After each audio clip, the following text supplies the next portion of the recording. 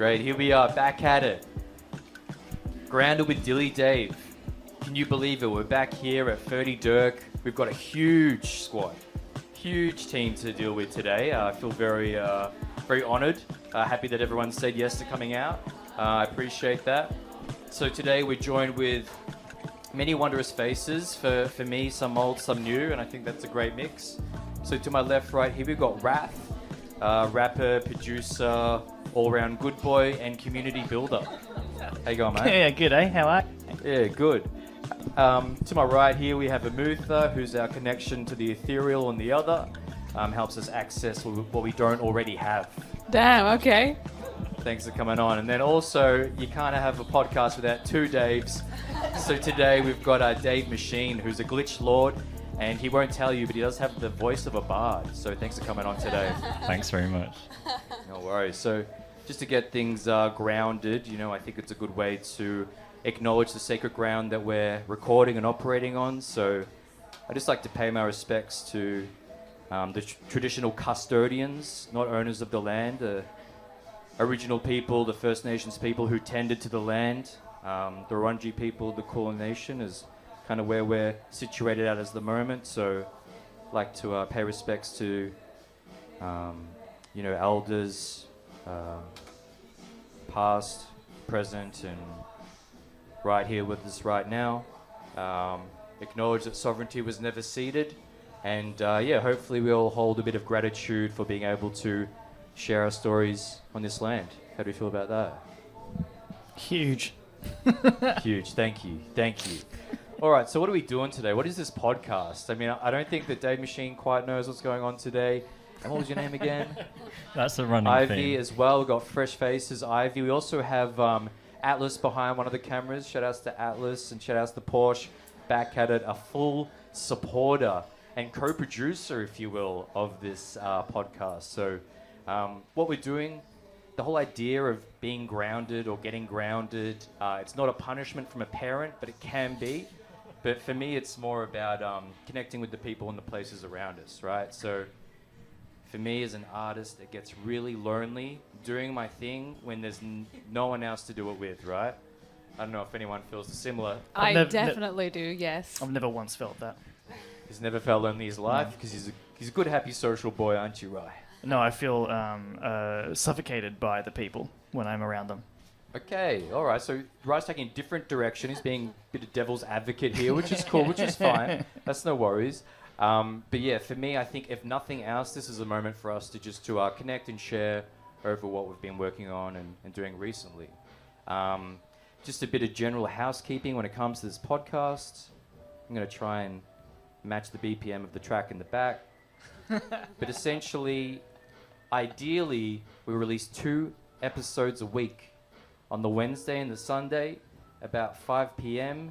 AEST. That's Australian Eastern Standard Time. So we're out here just trying to standardize time. And I think that's very cool. This podcast can be found in many places. Spotify, YouTube, other platforms that no one uses. But wherever you want to consume it, do remember to subscribe, follow, take part, share if you will, or stay away if you must. There's no worries. Are there places people can leave reviews? Hey, that's a great segue. Yeah, This guy is setting it up. I'm going to pick this out of the ballpark. Yeah. So, yeah, I mean, Apple Podcasts, Spotify, all these places are really good. I'm really into feedback. It doesn't matter if it's positive or negative or anything. If you really want to single out the fact that on the past 2 podcasts have messed up a lot of the video end, I haven't really gotten it together at the highest level, you're more than welcome to articulate that. I think that's fine. You can, if you feel like you need to call somebody out, I can be that person. I think you can DM Dilly if you want the beard to grow larger. If you want him to make that kind of a focus. As the season goes forward, it gets longer, the guests get more famous. Here we go. We're drawing a connection between my facial hair and the guests that are also flourishing with me at the same time. So that's very cool. How long does the beard have to get before we get Kendrick on here? I feel like it's long enough. You know, if we're looking for length or volume or anything, I mean, aren't we already here? I think you need about a Gandalf beard for that Yeah. one. I Okay, agree. we've got a I realist agree. over here. There's no bullshit. It's like you actually need to do way better. I appreciate that. Another Dave to keep this Dave in check, because who else could do that? So that's essentially like a bit of housekeeping. We also have a Spotify playlist called Grounded Tunes, which all of your music is currently on. Cool. I've added tracks from all of your catalogs, so feel free to get on that and enjoy the full Grounded experience. So I'm just going to look at my run sheet here. We've ticked a whole lot of boxes, and I'm not very familiar with Dave Machine. So Dave Machine, if you had to write like a dating app profile, like a little blurb about yourself, what are like 3 key points that people need to know about you that are really dope? I'm so glad that I'm not on the dating scene because I hate dating websites. Just go with it, Dave. Put me on the spot. I like my music to be quite funny. Okay. Which I don't think a lot of... Some people think that's strange, but I like to have things in there that make people laugh or a bit ridiculous, just to like kind of throw you off. I think that's fun. That's great. So like samples and kind of weird, quirky ideas, or Yeah, and just like on my new EP, the song just like completely disintegrates from like a fun like Right. You're like, hey, this is a bop, and then it just goes into like an absolute K-hole. all right, I'm trying to simulate a breakdown for the audience. That's And great. I just thought that would be funny, so I did it. All right, that checks out. Yeah. All right, what's the next point? It's pretty bassy. I've got into my bass recently. Okay. My first like releases, there was no bass, and it sounded like guff. It was horrible. Right, a so little too tinny. just like I think we all do that. all that I was like going to say my last project, Yeah. exactly the same issue, no bass. I've spoken to a number of producers who all have said the same thing. Yeah. I just forgot to add the bass for the first 4 projects. So now I've gone like too far the other end, and it's just like whoa. Drown in the wob. Yeah, but I got Okay, so far we recover a funny producer in terms of the actual production. Yeah. And now it's like all about the bass. What's this third kind of capstone point? If people had to know you. B. Maybe that it's just not consistent in any way. Okay, like, so you're unreliable. unreliable. This is kind of similar to what my dating profile was. Right. I actually think Bassy, unreliable, and funny. that's actually incredible. I think having that as the last point is giving people, the insight that you're pretty real. You're not there to kind of like pull wool over people's eyes or anything, pull the rug under. It's just like, look, it's better to be honest up front. I'm a little unreliable. Yeah, I get, you get stuck in ideas for like maybe like a month, maybe just a week, and you get really obsessed with it, and then Yeah. I tend to like drop the idea and what's the exact opposite, and I find that quite inspirational. Right. Just to be like, I'm just gonna change it. Just twisting everything. Yeah. That's great. That's also a little bit scary to I guess to hang around with you. You're always living in opposite days. You're always just you're trying. There's no point in having expectations or anticipation because you're gonna fuck it up. I might show up, I might not. That's Who knows? true. Well, he showed up today, so we fucking feel that.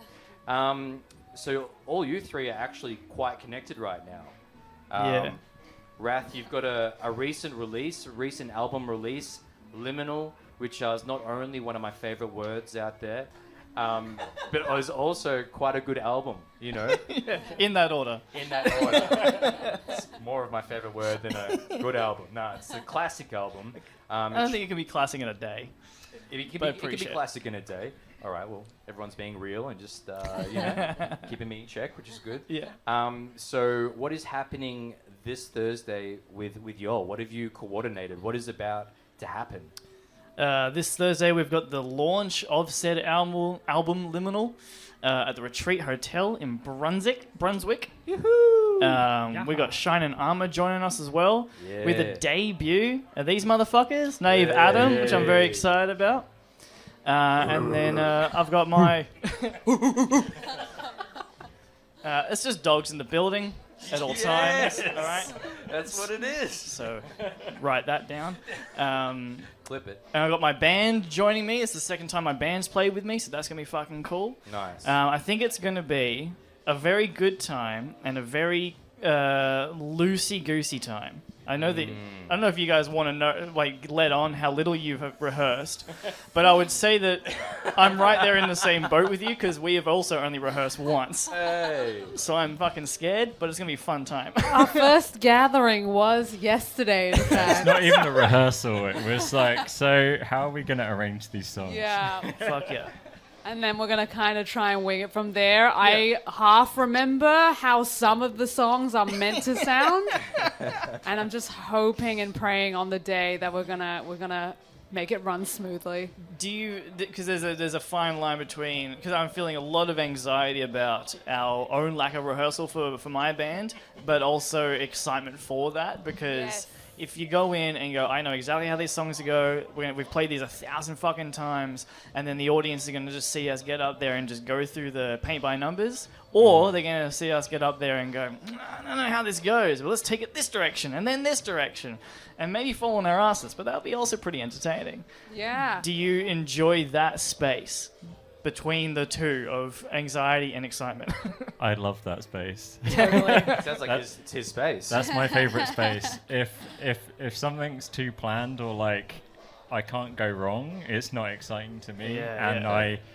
I think the crowd, like, well, I find it very hard to fake emotions. And so when I'm up there and I'm not actually doing that much, if I'm just chucking effects on it, my face is just like this. I feel dead inside.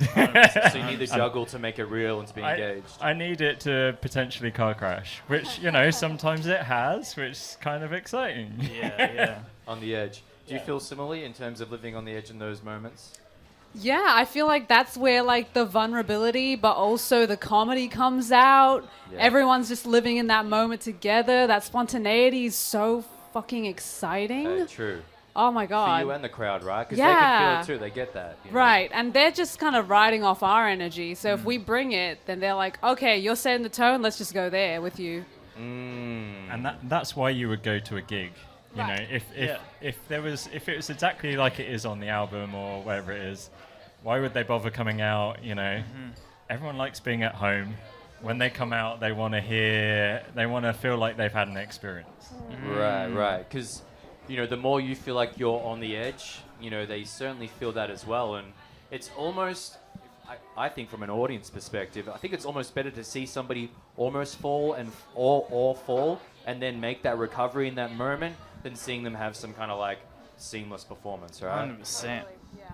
And it's I think like now, because like we can all agree like we're not megastars, Like, I don't know. I didn't want to Get off put this podcast, Dave. Come on, I don't want to put words in anyone's mouth, but No, you're right. We're not na- megastars. Now is the time to like make mistakes, like give things a try, really like push yourself, see what you're capable of doing, and make it exciting. Right. Right, with the band that you've been performing with and building stuff together recently, is that kind of, the space that you're at, this new kind of on the edge, exploratory, playful state? That's definitely like where I want to go. I mean, Okay. I really enjoy playing solo, just putting the beats behind me and having a rap and doing the thing, and that's kind of cool.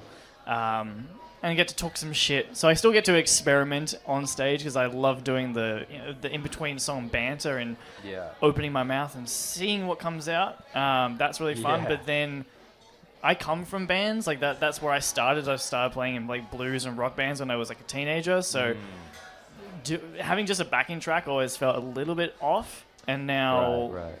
I've always actually, to be honest, I've always just wanted to play in a jazz band. I don't know how to play jazz, and I really can't be fucked learning it. My brother's a jazz player, so I saw what he went through, and I thought, no fucking way am I Right. putting in that many hours into one thing. I would say it's better to be jazz adjacent than actually jazz, 100%. right? yeah, exactly. That's when I stand next to them. I am Right. jazz adjacent. Residual Still jazz jazz. is the best kind of jazz, right?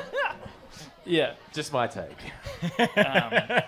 So getting the band together has definitely been a goal for a while, and then to put it together for this project, and definitely moving forward, we'll be working more with the band. Is that's the part that is exciting. Every performance is going to be a bit different. Shouting. For song structure, they don't know the song structure. I just point to people. Stop playing. You start playing. All right, bring it down. Bring it down. Bring it up. Bring it up. Bring it up. Bring it. It's basically. So now you're directing on the fly as well. Yeah. That's Just live producing. You're a conductor. I'm a conductor. Oh my God. Have you purchased the wee baton that you would use to? I'm whistling my own out of oak. Oh, oak's good for that. It's kind of like some wand shit you got happening. Exactly. Yeah. Artisan. What should I put in the core of it to make it a wand? Let's go around the circle. Dave, what do you think? What should you put in the core of it? Residual jazz. The man's callback game is phenomenal. I don't know if there's another answer besides that. I think that's it. I mean, you can try Amutha, but it's pretty hard to top that. If you travel to Dandenong, there's a certain kind of root that you can find that when you brew it, you'll extract DMT. So just chuck a bit of DMT in the center of that wand and watch the magic happen. Root of Dandenong. Sounds like you've tried that already. No comment. I'm going to go with something unorthodox, maybe spider silk or something. Spider silk. Yeah. Could I take the longest one of your beard hairs and stick it in there? Wow. That's complimentary. Absolutely, you can take that. I want to get as much masculinity into that wand as possible. That's why I said residual jazz. I think long beard hairs are a part of residual jazz. There must be some kind of crossover there. There's a lineage.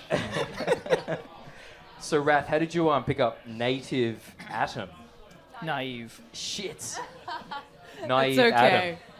Atom. How'd you pick up these guys, and why'd you choose Naive Atom? Do you want, how much of the backstory do you want for this? Oh, complete transparency, baby. Let's go. All right, yeah. All right, cool. I didn't book them. I booked a different band. Oh, shit. I booked Amutha's band, Damn Fine Shy, because I knew that they... Potentially the better option? They I'm kidding. They bring... it feels so fitting for the way that this gig has played out. The fact that I've been hunting for musicians to put in this band and only just got the final piece, so only had one rehearsal. It's all feeling a bit clunky, but it's going to be a good time. And then I booked Damn Fine Shy. I knew that there would be a party, and also to have another band on stage would be really fucking cool. Yeah. And then I get the call and say, hey, that band doesn't exist anymore, but we're on the poster. No longer in operation. What'd you do to them? We naturally ebbed and flowed out of each other's lives, and it kind of made sense. It was around the time Dave and I started collaborating, and I was like, oh, here's a musical project that really I want to put a lot of energy into, that I'm investing in a band that feels like everyone's dreams are on different pages of the book. Right. And so I kind of put the message out there, and there was one band member that was absolutely mortified, and there was another that was hadn't responded for a month in the group chat, and immediately was Dope. yes. So I was like, okay. So a win that's for cool. some and a loss for others. Exactly. Yeah. A win for Dave here. I'm a winner. Yeah. But it ties in because, the bands are in liminal states. Yeah. It's all part of the album. Yes. Not quite fixed. Yeah. In a state of many places, if you will. In the in-between. In the in-between, indeed. There we go, Dave breaking down what liminal means for all those who didn't know. Which is good. I'm a synonym machine. Yes. I need one of them. Actually, no, I don't. ChatGPT. No, I'm kidding. I don't know. Moving right along. Actually, no, that could be an interesting segue into something that you two have kind of been engaging with, especially around the visuals around releases and music. Fucking around with AI a little bit to help in the creation process. So, right, I'd be really interested to know how you've been creating some of these cool 3D motion graphics using AI for your album release. I was scrolling through Behance looking for inspiration for the album cover, and I saw a music video generated by AI, and I thought that was sick. Shit, yeah. I'm gonna use that. Cool. Yeah, it's. Do you want like app names? What do you want? Do you want app details names and or like, even like a process, like or not a Yeah. complete step by step, but yeah, break down how you created some shit. I was wary of using AI because like I don't want it to look like. I want it to look a bit. I want it to look like AI. I don't think it can not look like AI. Uh-huh. AI has that weird, almost oil painting, but like digital weirdness to it. Something's a bit Yeah. off. There's that uncanny valley to all of it, right? Right. But there's also certain art styles that you see that you're just like, I know that's AI immediately when you see it, right? Right, looks like a rip of something that's 100%. known or familiar, yeah. So I just wanted to dump in, like I actually used my image that I created for the cover, put that into it and said base my prompts off this image for like the art style. Yeah. So using which app to create this? That was Leonardo AI. Cool. And Put who, on- I who was put told you onto about it. Leonardo AI? DillyDave. Cool. And just wanted to get that out there. So yeah, then generating a bunch of clay sculptures with that. Yeah. And then just dumping them into Runaway, which Okay. is another AI app that just adds motion, tries to animate it into a thing. Is it like morphing these frames together or actually just trying to create? Starts with that initial image Yeah. and then just does something with it. Yeah. Which this is a part of AI I really enjoy, is because I understand like kind of the worry of taking jobs from artists and Yeah. and being used in very lazy ways or very corporate ways, very sadistic ways. But I really Right. enjoy the idea of just like, it's almost like throwing paint at a wall and then something starts to come out. You're like, oh, I didn't expect that. A lot of art I don't think is necessary intention. Art is experimentation. Art is just like kind of putting something in and something comes out you did Right. not expect. Never would have in a million years. A little bit of a randomness generator. Yeah. You put in whatever and crank the handle and fucking whatever comes out. And a lot of shit comes out. But there's a Hey. little nugget of gold in that pile of shit. Right. And so I generated, a bunch of different things. I was like, garbage, oh, okay, garbage, oh, alright. Yeah. Garbage. Yeah. And then took 8 of those and turned them into reels. Because what you've come up with, I guess my articulation of it would be somewhere in between something that's both Tim Burton and Pengu. It's kind of like what we're looking at. That's spot on. That's not bad. There we So go. accurate. Oh Dude. my I didn't god. even prepare that. Dude. That's just off the dome. Don't worry about it. Massive Pingu fan. Yeah. Massive Okay. Well, Pingu fan. he didn't even know. Like, you didn't input Pengu into any of those Pingu's always stages. in there. Okay. Pingu is hiding in everything I've ever created somewhere. You can find him. If you rewatch Pingu, it's Yeah. super dark. Like his Oh, yeah, parents are it's a- horrible. Yes. It's so French. It's so delightfully French in every way.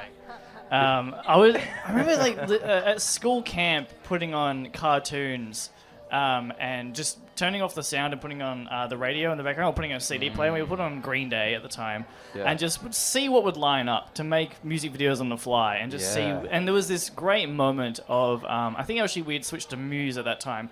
There was this kind of marching part of the song, and for some reason in the song in the show Captain Flamingo at the time, there was these marching sushi. Perfectly in time with the music, and so now I'm Yes. considering taking the entire seasons of Pingu and just slapping Liminal on top of it and going, "There's a Hey. bunch of fucking music videos here, fucking dickheads." It's there to be taken up and like cut up and spliced. They've done the work. They already did it. Yeah, they did a lot of hardcore Yeah. claymation for that. And I'm just gonna steal that. Dave, what have you been playing around with? Like, is that something you've been, how have Yeah. you been creating some of these like other EP cover arts and kind of things? Yeah. Yeah, so I kind of spent essentially just one afternoon when I was really hungover. I was sitting in bed, and it was when I just discovered DALL-E.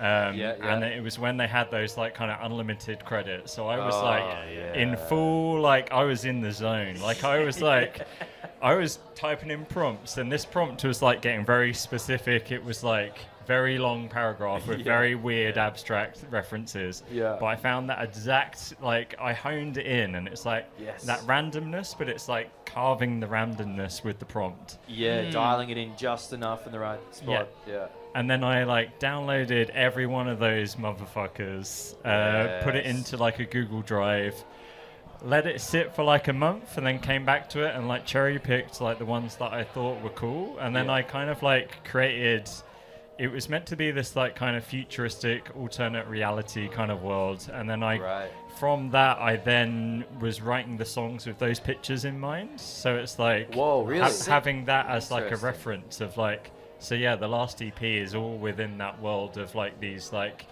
kind of futuristic-y, like kind of, you know, like Abstract-y, weird, otherworldly. and they're all like characters, because I like the characters that the AI comes up with.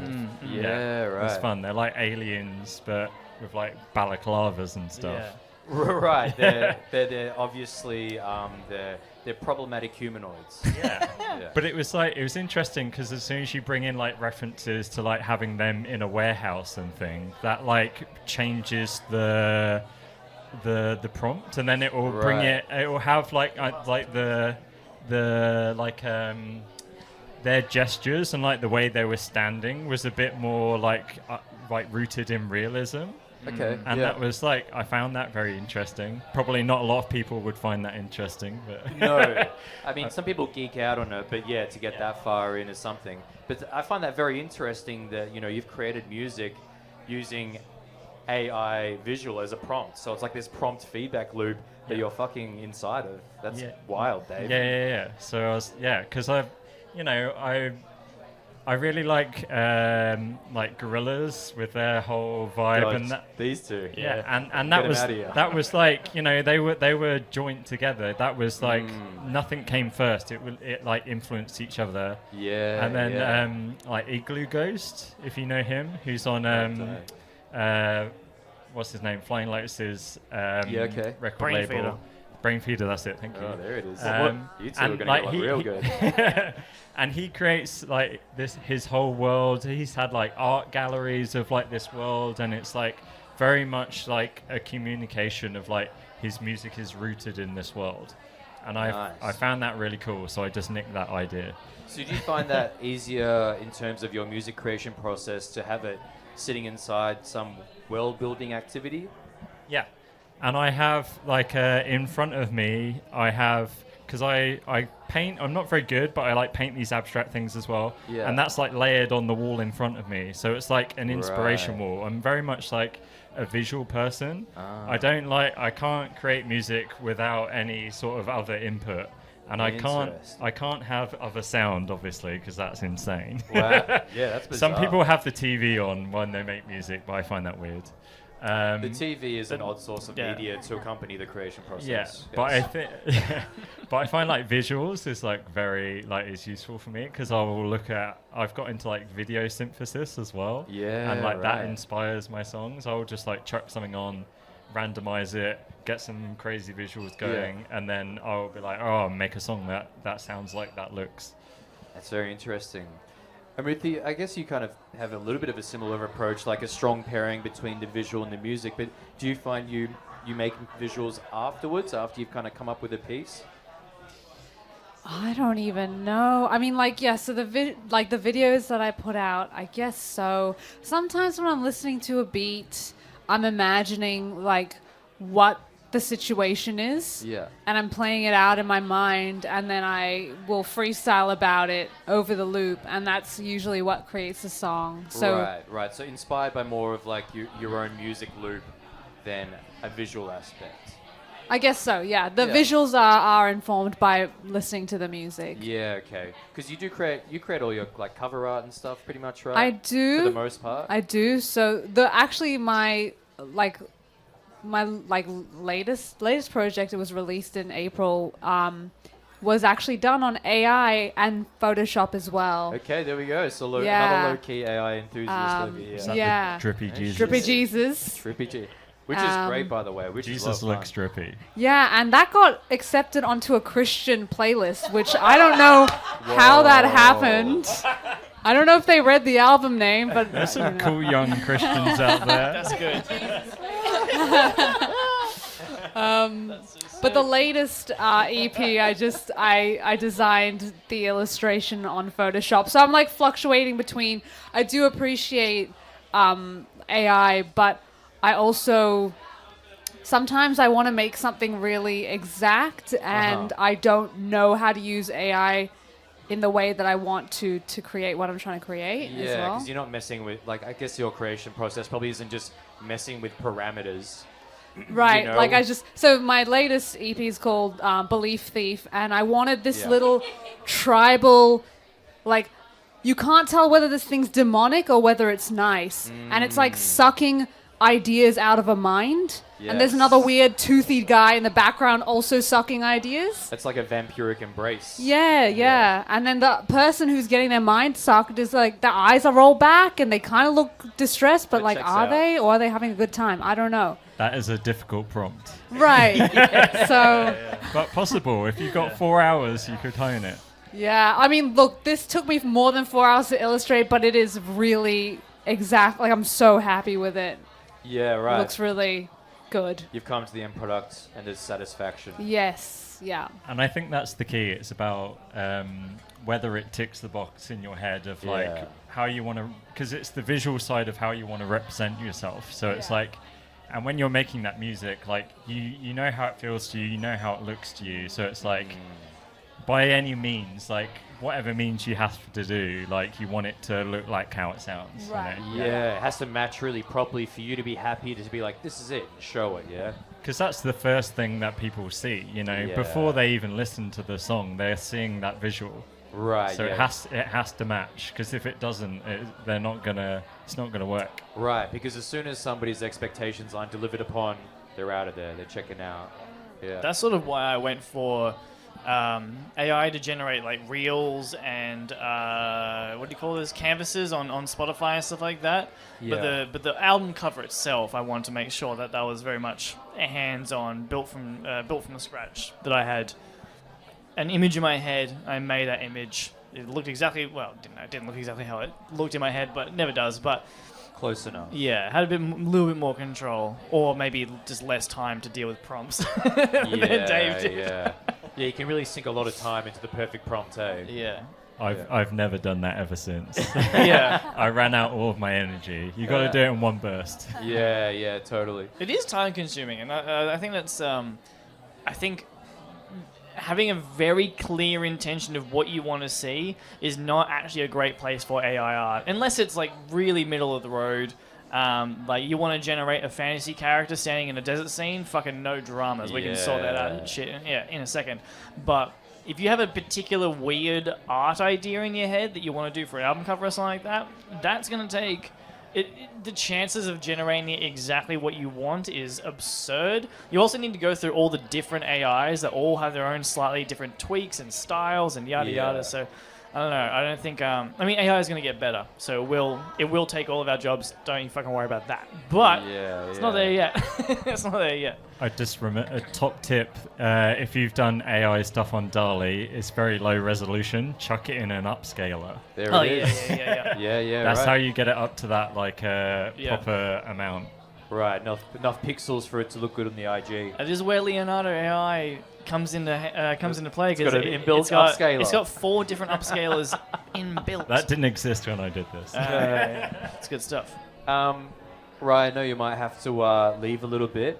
So I reckon it'd be really cool. I mean, we're here at Ferdydurke. One of the things that yourself and Vibe Union have been putting on at Ferdydurke is Project Legacy. Yeah. And my understanding is on the 14th of December, Yeah. we have another Project Legacy coming up. Yeah, we do. Do you want to give us the rundown of who's on the bill and what what is the essence of I Project absolutely Legacy? do. I absolutely do. And watch me do it off the top of my head of who is on that bill.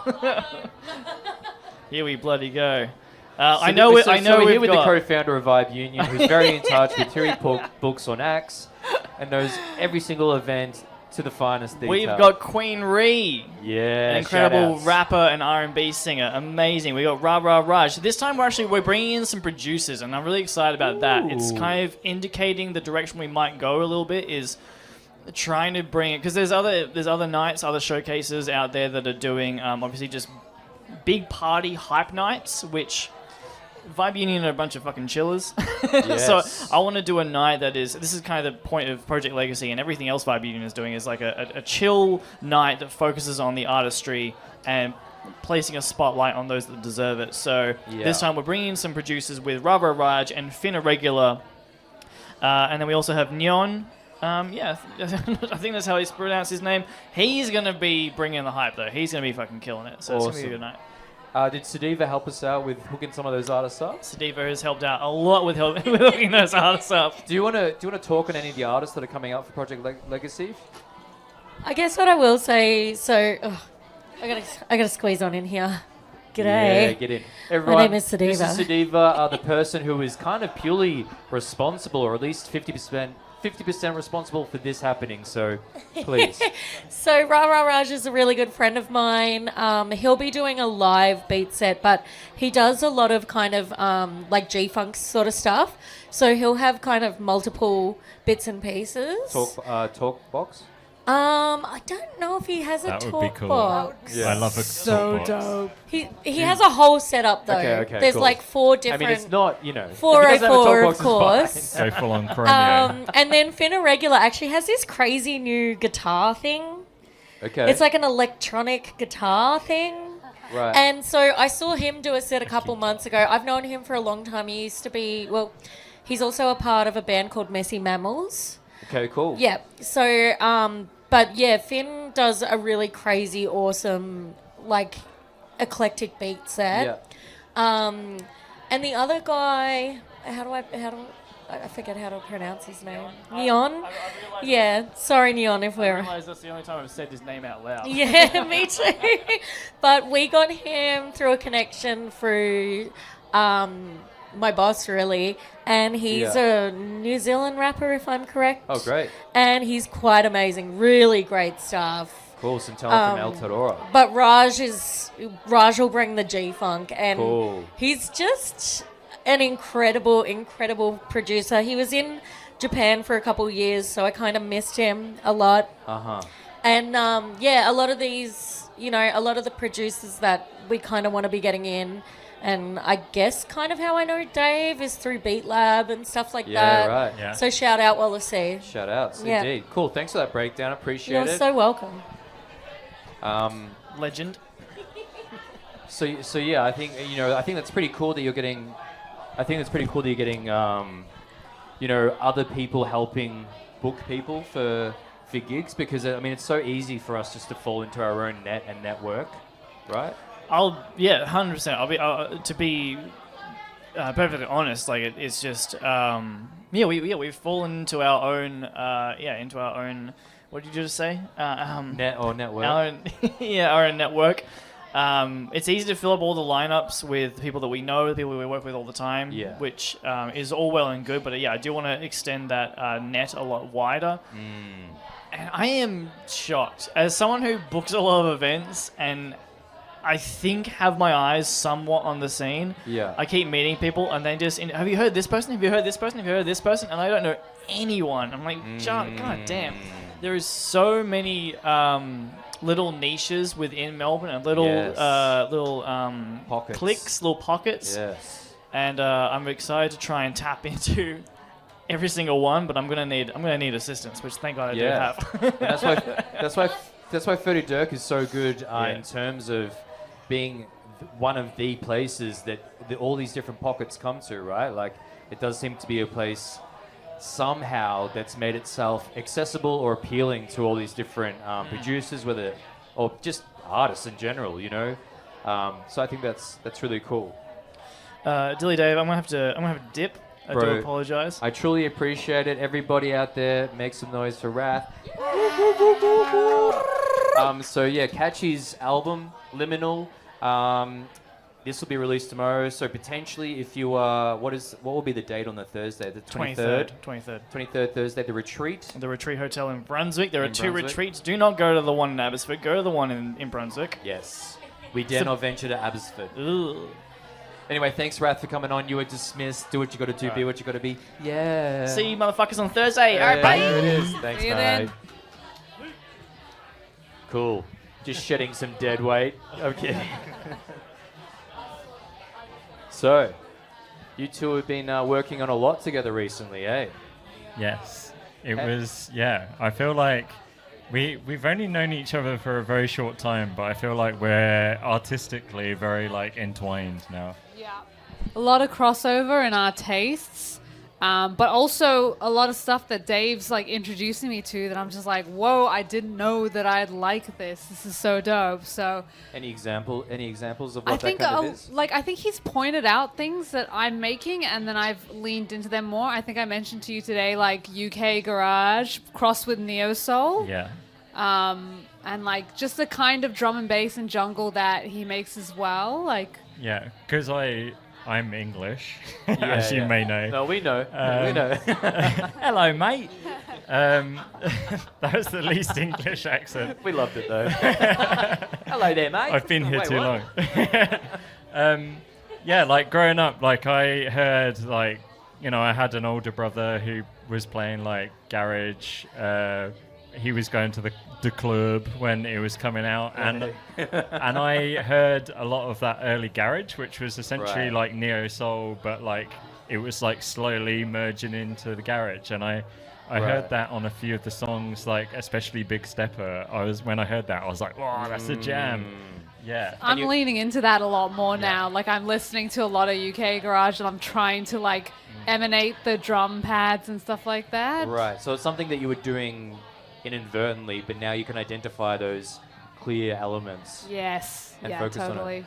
That's I mean, are you a big collaborator, Dave? Do you like collaborate and work with a lot of people, or is that newer space for you, or? That's been my goal for this year. Yeah, is okay. that I went at it hard, and I just like my girlfriend Hannah was just like, she kind of likened me to like a pickup artist, and it was Shut just down like the cameras. I would go to all these like the Ableton event and the playback thing at Gasso, Okay. and The I weird man I would conferences. like the producer meetups, and I'd like Yeah. make friends with people, and I'd be like, do you want to come and play synthesizers with me? Which most people say no to. And there's I don't know if you heard it, Mess, the Melbourne Electronic Sound Studio, which No, is no, like the yeah. mecca of synthesizers. Yeah, It's right. insane. Right. It's basically like a gym for nerds. And so you like go there, you pay your monthly rate, you can play on as many synthesizers as you want, and Yeah. you can bring guests for free. So that was Wow. my thing. I was like, come with me to Mess. And That's a I huge in. That's a big in. collaborated with loads of people, and then I like that's because it's a muscle that you need to build. Like, how do I make music with people? Like, it's Yeah. very hard. It's like you're back at school, like in the playground, and you're like, oh, how do I play in the sandbox? Like, Are you talking about like back in the school in the sandbox, or like doing a group project together? Right. Isn't that a better analogy or comparison? yeah, true. He's How going are you- even further back because it's creativity, you know. So we're Okay. like literally we're babies in the sandbox. Okay, You're all right. thinking too far ahead where things get intellectual We're stripping it and back academic. to basics. Exactly. Yeah, it's we're like- playing. We're I'll take that. playing. Okay. You have to learn how to like who, you know, because you might really like the person and you might really like the music that they make, but you might not like be able to collaborate together because you Right. do the same thing. And I learned that is Yeah. like I was trying to collaborate with people who essentially like doing the same things in songs. Like I like doing the drums and the bass and like doing the final touches. But then I was like, oh, we both want to do the same thing, so it doesn't work. Oh my God, what a blessing. He loves doing all the shit I hate Right. doing. So that's why it works. So it's kind of like dressing it up, you know, tying it all together. I like gelling making it sound big and like Yeah. Which make is it what sound I boomy. need. Right, yeah. right. I Whereas like to bass. Amutha is amazing at songwriting, at like you know, amazing vocals, at coming up with actual concepts for songs that feel whole. Where I Yes. felt like I was just like, these are drums and this is bass, and it's silly. Like, whereas like I feel now we're like when we collaborate, we make actual fully fledged, fleshed out songs. Like it's very satisfying. Right. Well, you know, I was actually able to sample a little bit of Belief Thief, and it's a cool union between, you know, the experimental, but you know, like the experimental You kind can of say accessible. It is accessible. the experimental and the accessible. I think is kind of, you know, what's happening, because you know, I feel like maybe it's not your strength, but I feel like you're good at house music. Yeah. And you get that. Yeah. Right. And that's something that you're kind of adjacent to, but haven't always gelled with. But then I think, you know, you're really good at building these different elements that live in a cohesive thematic place. And then to have, you know, this I guess maybe like a foundation or like place to put it all. I mean, that seems to be such a great fit. Yeah, I feel like I bring because I've been my recent like over the last like 2-3 years I've been like studying dance music and like working out like how the genre works, like what makes that certain genre, why does it sound big, why does it sound fun. But then it's like I want to then divert that and then use those elements in a different way. But then I still haven't learned how to write a song, or like writing lyrics scares me. Yeah, right. Well, and so Amutha is that, like the puzzle piece of like, I feel like we're it works. Amutha, do you feel like you've taught Dave anything to do with songwriting, or is it just kind of like being exposed to your process is almost enough, or? I don't know. I mean, like, we haven't, so we're yet to like properly collaborate. We've made a couple of tracks together, but at the moment, the most collaboration we've done has been Dave kind of like co-producing my upcoming EP. But I think now that we've got our third piece to Naive Adam, we've got a saxophone player. We'll start writing stuff together, and that's going to be, I think, a big learning curve for all of us.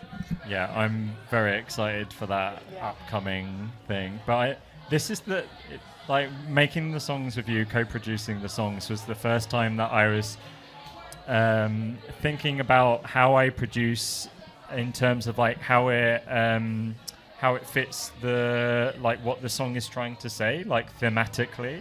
And so it's like using those things that before were very, I feel like a lot of the time dance music is quite functional, but it's using using those functions for a purpose, if that makes sense. So it's like, but now we've got Georgia on board. That's like, I feel like Amutha is the songwriter and the vocal. I'm the producer, make it sound big.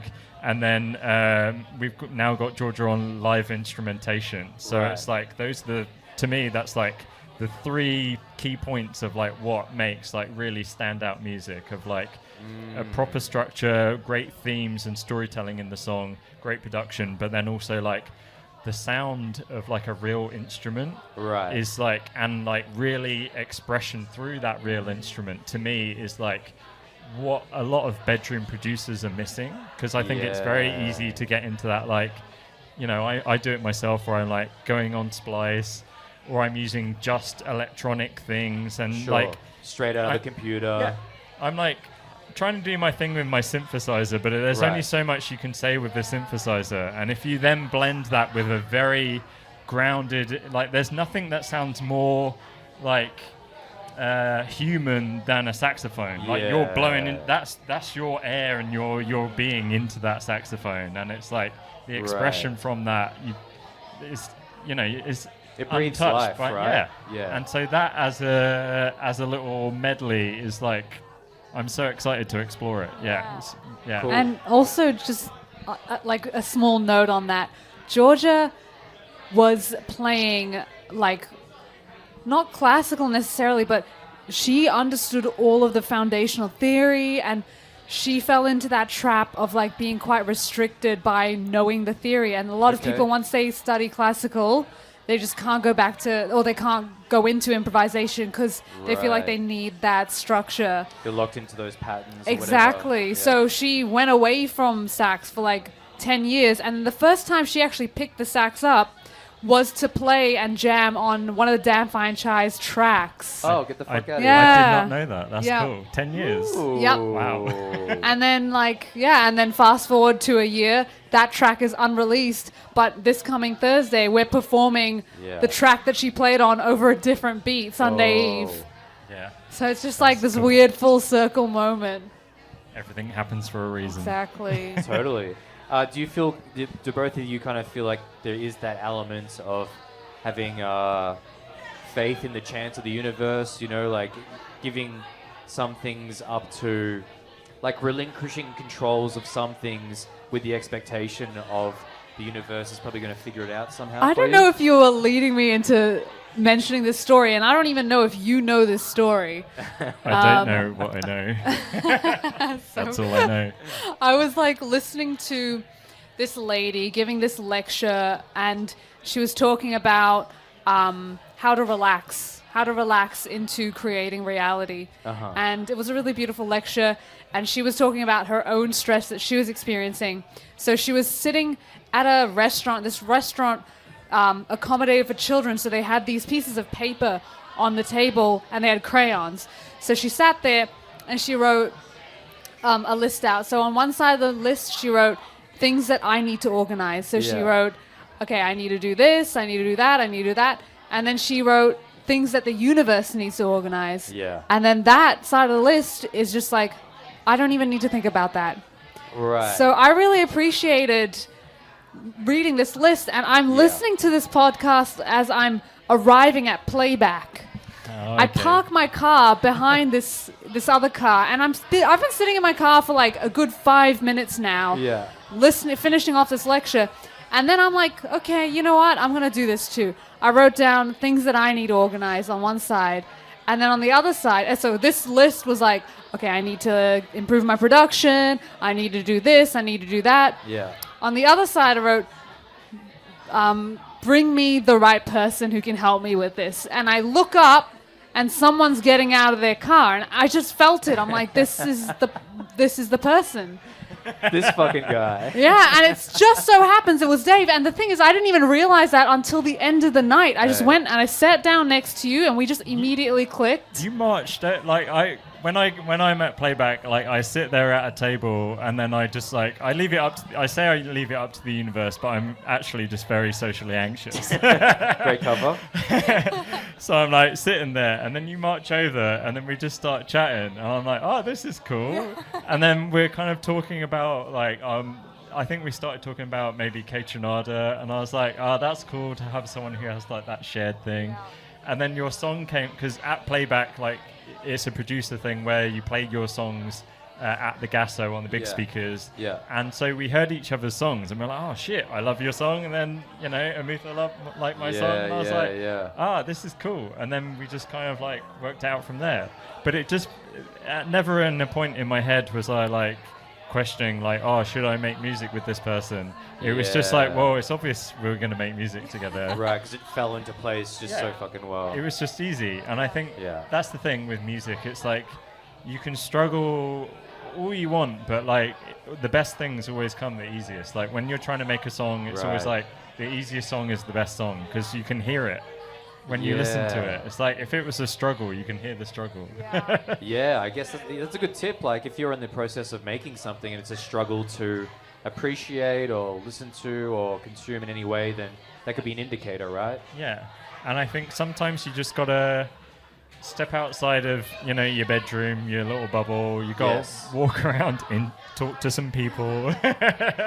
Which seems funny, but like, you know, for ages I wasn't doing that. I was just sitting at home being like, I'm making the bass sound real big. It's more sad than funny, but it's certainly insightful. Yeah. But if anyone's listening to this at home, like, don't be a dweeb. Go outside and talk to people. Yeah. Like, that's a skill in itself, because it's very hard to be a musician that actually does stuff when you're like on your own as an island. Like, go and chat to people. There's a lot of people in the same boat as you. They'll inspire you, and then it will make it 100 times easier. And as a musician as well, part of our duty is to take in life, take in experiences, have conversations, transmute that into creativity, because essentially people are looking to us to experience their own vulnerability. So you do have to put yourself out there and experience things, which means leaving your house. Yeah, overcoming some of those fears, you know, and it's not the easiest thing. And, you know, I think it's great to be able to develop a level of confidence where you can kind of go up to anybody and approach them with the mindset that you could help them or they could help you. You know, they know something that you don't, and you probably know something that they don't, you know. And I think that's an easier way to go out and connect with the people, because if you're going out thinking that you're, you know, an expert in your field and that's who you are and that's what defines you, that's like barriers, that's walls. So it's better to come in with like, not the expectation of what you're going to meet, but just being open to the experience. 100%. And also, like, don't be afraid to aim. Like, it seems silly, but like because of Instagram and all those things, like everyone has this like ranking of like who's big and like who's unobtainable to talk to. Right. And like I've learned just from like trial and error, just like sling out a random message to someone that you absolutely adore, that you think is amazing, because they're a person who's gone through the same thing as you. Yeah. And more like if they're you know, they're busy, but it's not because they don't want to talk to you. It's because they got lots going on. But occasionally, if you like, you're genuine about it and you're not being like, hey, listen to my thing, otherwise you're a loser, you know. Yeah. Be really genuine and be like, hey, I know you're busy, like, would you, you know, maybe listen to this because I listened to your music and it inspired me. Like, I've had people who I really, really respect, who I thought would never, ever reply back to my messages, have, like, messaged back and they're, like, asking, like, oh, send more songs. And it's really cool. Like, it's, everybody is a person. Everybody is, you know, if you remove that, like, social media element of it, everyone's just going around doing their thing. They want to be inspired by people. Right. And it's, you know, we're all level. We're all humans. Yeah, so. The numbers don't really mean anything, even on page, or, you know, it doesn't really mean much. I think that's because as a musician, you have people who inspire or influence you, or, you know, who you look up to. And you don't want to feel like there's such a gap between that person and you, because then you probably won't be able to kind of get to that space, right? Yes. 100%. I went and saw Masego at the beginning of October, and part of my motivation was like actually connecting with where he was and what he was doing and feeling how achievable that was. Yeah, right. So when the first act came on, it was a full band. It was a girl, and she was playing with like a DJ, a guitar player, a bass player, drummer, 3 backup vocalists, and a piano player. It was full on. So I'm looking at the stage and I'm feeling quite disconnected, and then in turn disheartened, because I'm like, oh my God, is this a reflection of my lack of feeling like I can get here? Yeah. So there was like an undertone of sadness, but I was like, you know what? I'm just going to enjoy the music. So here I am thinking once Masego gets on, I'm going to have the same feeling. But the moment he jumped on, it was just him, his saxophone, a drummer, and a guitar player. And I was like, oh, I felt super connected to it. And I was like, I can do this. It was very lively, his set. I mean, just referring to like what we were talking about before, how like having that spontaneous energy is really key in helping you feel connected. I just felt like the first set, they were incredible, but it was not spontaneous. Of course, they planned it out so well. They're opening for Masego. They want to make it perfect. Yeah. Totally fair. But he came out with this like crazy attitude and like liveliness, and you know, he's got like, he has a song with yams in it. He brings out some yams. He's got like love songs where he's throwing roses into the crowd. He says he's cooking something up, and someone comes up and puts an apron on him. So it's just like a really silly, fun set, but really, really spontaneous. Like he let his like guys do solos and just let them keep going when they were really feeling it. Like it was cool to see, because I was like, that's I feel connected to that, and I feel like that's achievable because I feel like I can embody that within my expression. Right, being so dialed into the moment that, you know, you're just naturally unfolding in front of everybody. Yes, which is beautiful. And I think that's key, is like, go and see the music that you love live. Like, because there's nothing like seeing an artist that you love their songs, go and see them perform it, and go and see, to me, like, live music is how music should be. Like, it's, like, the album is like, you know, it's the convenient version, but it's like, that's only because of, you know, because they can't play in your bedroom every day. You know, ideally you'd have like, you know, you go, that's the only way you would hear music. Yeah, them in your backyard or your bedroom would be ideal. Very unobtainable, but but that's, you know, and it's very, I find it very inspiring. Like when I find that I don't have ideas, or that I'm like, I feel drained, like, I was listening to, what's it called? The Creative Pep Talk podcast, if you've ever heard it. No. Very inspiring, very good podcast. Very enthusiastic American guy called Andy J Pizza. Shout out. Presents it. But he basically says that you can't keep creating if you're not like inspired by things. And so you have to seek out those experiences and like breathe it in order to breathe out your artwork kind of thing. Because you can't, it's pretty hard to do your thing in a vacuum, right, with no input. And for me, I'm very similar to you, Dave, maybe because we're both Daves. I mean, it's hard to know. It's hard to know if all Daves have a universal experience. We do. We have a conference every year. We certainly do. No one's invited but Dave's. But for me to find, the motivation or the energy for me to do my thing, it's always just going out and seeing other people do it. Yeah. It almost doesn't matter who it is, if I know them, what level of tech or skill they have. It's like that person's out there doing it. And I get to feel that, get to see that, get to see the audience interacting with that. And that gives me not only, any kind of inspiration or motivation, but it just gives me... it's like a measure, it's like a barometer for what's happening out there, and then that makes it a lot easier to be able to create for that space, for that scene, for that world. Yeah, definitely. And I think Melbourne, as a creative hub, is so inspiring. And there's all you need to do is just walk around, go and see what's on, go and see something, and then you'll hear something that you've never heard before, and then that will unlock a thing in your head of these two genres are connected in a way that I didn't know, or you can present music in a certain way. You can be this character, and that's accepted. People, I find that really inspiring when you see an unconventional character on stage being truly themselves, and it's I don't have to be like those other heroes that I've seen. Right. It's like a new archetype, and it's I love going around and collecting those archetypes of you can be this person, you can be this person. You don't have to be everybody that we've seen before. And it's almost like being a new person is. And now I'm in my head, I'm what's the new thing that? Right. And it gets you excited about that. It's a different way of seeing it. There's an interesting cross-pollination thing that's happening between Belief Thief, right, and trying to pick up aspects of archetypes to embody or carry out, as your own thing, your own artist. So I think you're right, seeing those things happen in real life, and whether that's somebody being uninhibited or being super vulnerable in either a funny or crazy or sad way, those things that you wouldn't normally access, but if you can see it play out in front of you, you can be all right, I can kind of take into account some of that into what I do. Maybe I lack this, maybe I lack being a little bit inhibited, so that's something that I can kind of keep in mind. I've seen kind of what that looks like.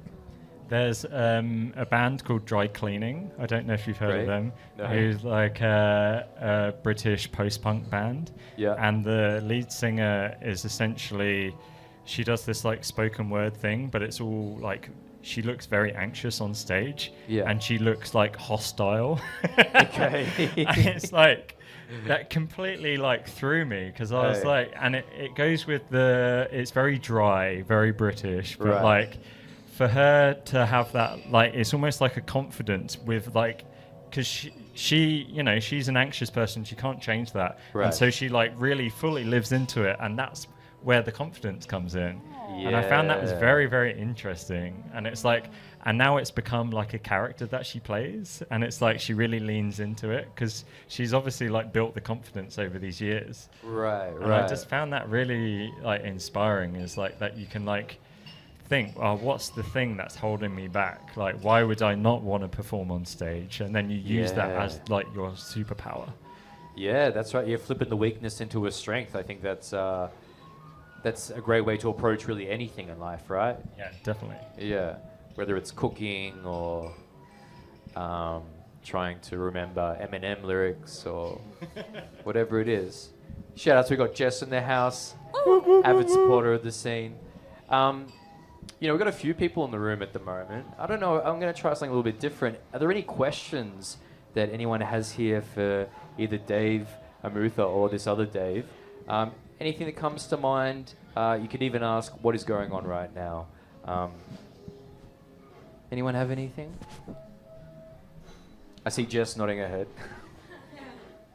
Okay, cool. Well, I think that the invitation is there. This is an open mic. This is an open space, and when I run out of questions on the fly, instead of going straight to the tablet of the run sheet. I just just put the feelers out there, right? Live in the moment. Just live in the moment. Absolutely.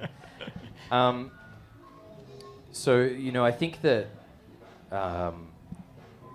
you kind of drawn this point earlier, David. Like, for a lot of musicians out there, it can be hard to access and find communities that kind of empower what you're doing. And you kind of gave a little, you know, some kind of tips or insight around that. But is there anything that you would really specify or articulate to somebody who is like, I'm apprehensive about getting out there? Like, any initial steps to make that easier for people?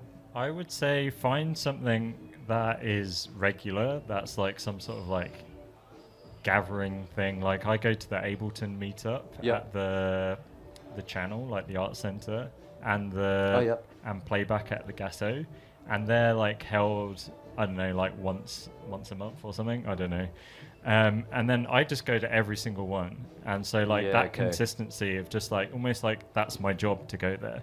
And it's like you don't have any expectations, but I go there, I'm like speaking to whoever I want to speak to. Like, at the Gasso at the playback, I'll go and sit at the back and chat to the old geezer who's just like comes there because he's, you know, made some bizarre electro song using like really antiquated MIDI things, like, right. And I'll chat to him and I'll like, you know, find out what he's about. And like, I've had like the best conversations, and I think just being open to everybody, and not just thinking like, oh, how am I going to progress my career in music, but just being like very open to just like leaving it. I like to leave it up to chance. Like, I will chat to anybody, I'll get deep in a conversation, and then like I found that's where like the most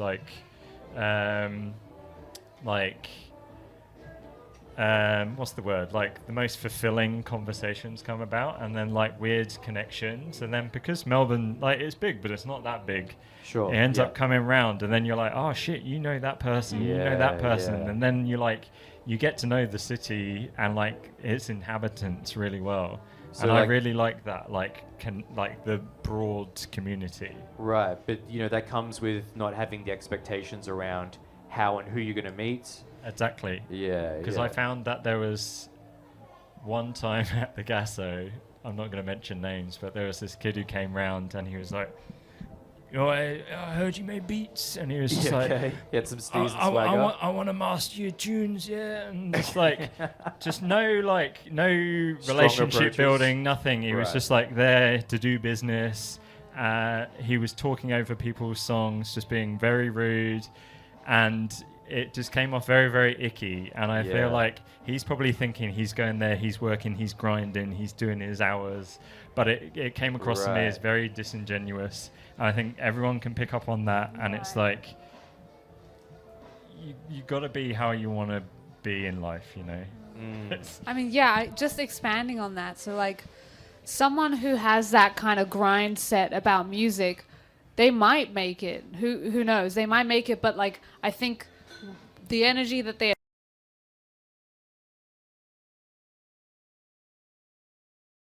attract towards them is really going to be representative of what they've been putting out. It might not be as fulfilling as someone who is just living their life. I like hearing like, you open to everything, you go out, you just experience the world, and you allow everything to happen naturally. Like, there's no real agenda. You don't need music to be this like phenomenal thing in your life. You don't need the fame. I do. Well, you know, we'd all love it. I need it and I crave it. But it's not the driving factor. You know, it's definitely like, I mean, I think, you know, just we just want to make music, really. That's all it is. That's the key. And it was like, I can't remember what podcast it was, but they were saying, I listen to a lot of podcasts. Hey, that's why we're here, dude. That's why we're here. And they were saying, like, you know, what's your goal? What are you aiming for? And the main point that I got from it was like, as long as you're still creating, like you're achieving your goal. Like, if you can get through your whole life, and like that's my ambition, to be like, they call it like a lifer, like someone who's like outputting creatively for the whole life. Yeah. And it's like, that's the key, is like, if you can continue like going around your life being inspired, not putting yourself in a corner, and like you never know what you're going to end up doing. And I just found that really inspiring, and that's now how I try and live my life, of like not sectioning myself off, like just seeing like what can I do. Like today I bought a bunch of art materials. I bought a bunch of like oil pastels and like this like very expensive book on like how to draw character design and stuff like that, because I thought that would be fun. Yeah, absolutely. And it's like there might be parallels. I might end up meeting people who like, you know, it's all about not being shut off. It's like, what am I excited about right now? Yeah. Let me go and run in that direction like 100 miles an hour. Right, and then you start coming across a lot of people where there's a lot of common ground and overlap. And it's funny, I imagine you can probably go to a music or producer meetup and have an interaction with somebody and find common ground that isn't music. And sometimes that could be a stronger tie than the music in the first place, right? Yeah, that happens all the time. Yeah. There's my friend Alex, we mainly just talk about gardening. There you go. We're both like make bass music, but I'm like, how's your garden going? Is that a typical icebreaker for you, Dave? If they look particularly like, Green if I can thummy? see soil under their nails, I'll be like, So anyone who looks a little bit dirty, you're going to be like, there's the garden. how's your zucchinis? I wouldn't lead with zucchinis, but I mean, maybe that's what's working for you. Always lead with the zucchini. There it is. Do you have any icebreakers, Amutha? Like when it comes to you going out, interacting with the general pop? Do you have any icebreakers? Not really. I like to throw people in the deep end, and sometimes I like to just talk about aliens, just to see how people react to that shit, you know? So the opposite of an icebreaker. Yeah, Just getting like people on edge putting from the people get-go. on ice, you Yeah, know? there it is, on blast. But I tend, like, because, you know, I think I appreciate when someone can engage with a topic without really having a solid belief in it. If they're just, if they have a vague openness, like, yeah, okay, what's this? Banter. Then it's like, it's interesting. chatter. Yeah. It's good. You get a good read on someone, and also you open with an interesting conversation, and then you eventually come off that topic. You talk about other stuff, but like, it's a good way to Right. gauge if there's like, if I'm going to get along with this person, if they're just willing to be like, yeah, let's go, let's do it, let's have this conversation about aliens. That's it's very interesting. I have such a similar way of it's like what Ivy the alien just hanging out over here vibing. That's a similar way that I approach a lot of social interactions. Initially, is like it's a little unsettling. It's like I'm going to throw some weird odd phrase that might be ambiguous or hard to like identify and reconcile with. But judging by their reaction is probably if I'm going to continue going along with it. Yeah, it's like essentially being like, hey, it's like... Are you a dweeb like me? I'm a total dweeb. Have you not told by now? That's what I'm saying. I'm Oh, right. articulating how we relate to each other. Yeah, it's like you throw a bit of yourself out there and you're like, it could be about anything, but it's like, are they going to pick up on that? Are they going to take the bait? Or are they going to, are they like, I'm only going to talk about this and I'm a very serious person? Like, it's like, are they able to like suspend the belief of like where we are to just like chat about, I don't know, post boxes for like 20 minutes? I love that. That's really cool. I feel like everyone needs some icebreakers. Has anyone got any icebreakers in the room? Ivy, do you have any icebreakers that you use at all? Feel free to. Okay. All right. You let people make the icebreakers towards yourself? Okay, that's cool. That's a bit of a power play, like, I won't approach you, but if you think I'm cool enough, or if you think you're cool enough to approach me, I think that's more of the flavour. That's great. Some of my icebreakers include... thank you, by the way. Some of my icebreakers include... This is for anyone out there who needs them. You can ask, what's the best idea somebody's had for that week? Or recently. You could ask what the highlight or the down point of their recent week has been. Another cool thing is, depending whether they have a backpack or a handbag, what's your favorite thing in your handbag or backpack? Nice. What's the most important thing that you have on person at all times?